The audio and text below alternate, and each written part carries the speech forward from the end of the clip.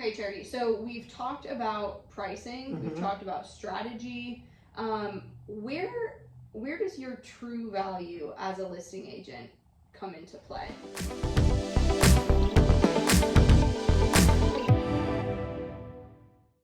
It, I believe, is when we start negotiating for the seller and watching more terms than just that one price. We're watching the seller closing contributions. We're watching how many due diligence days, is it an appropriate number of days for the house? Are we watching the any other special considerations? And then once we're under contract and we're through due diligence, we get through a period that's in due diligence where we have what I call my second negotiation.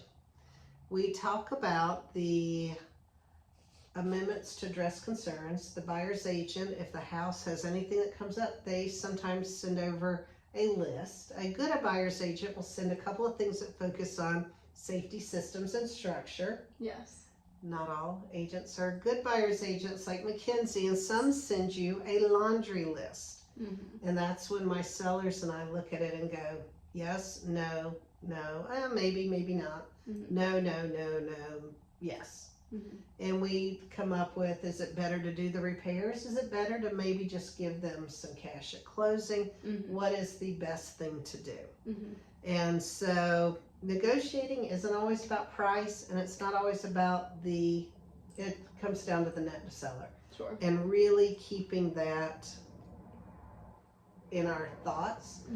It's also about contingencies, inspections, appraisals, and getting all of that coordinated, all of those people in and out of your house, and done in a timely manner so that everyone is staying with the contract. Because we don't want anybody falling out of contract because they missed a date, or getting themselves stuck in a contract because they missed a date.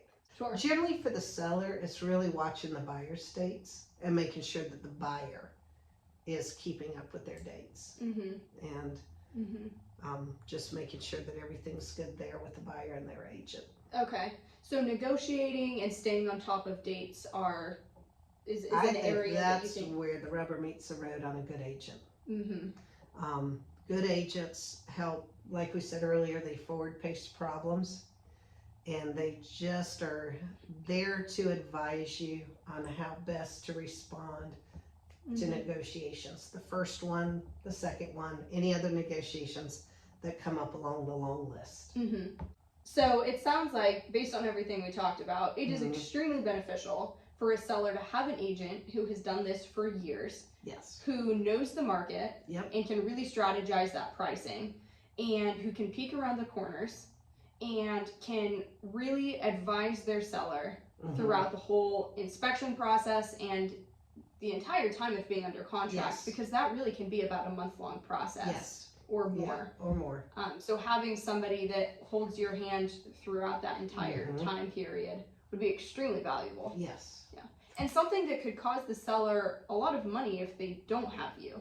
Yeah, it could. It could. And really, it's, at the end of the day, a good agent just helps their sellers solve problems. That's what we do. We just help solve problems, hopefully for the most amount of money with the least amount of hassle. And it's so much fun when you see sellers who benefit from homeownership. It's also rewarding sometimes even when you help sellers out of a tight predicament. That is not as exciting and fun, but it is so rewarding to help somebody. And I think that is definitely one of my favorite parts of my job. That's great. Well, and if anybody has any other questions about what an agent does for their seller or a buyer, feel free to reach out to us, and we are happy to help you. We're always willing to sit down and answer any questions, even if you're thinking a year down the road, or 3 years, half a year down the road, 3 years down the road.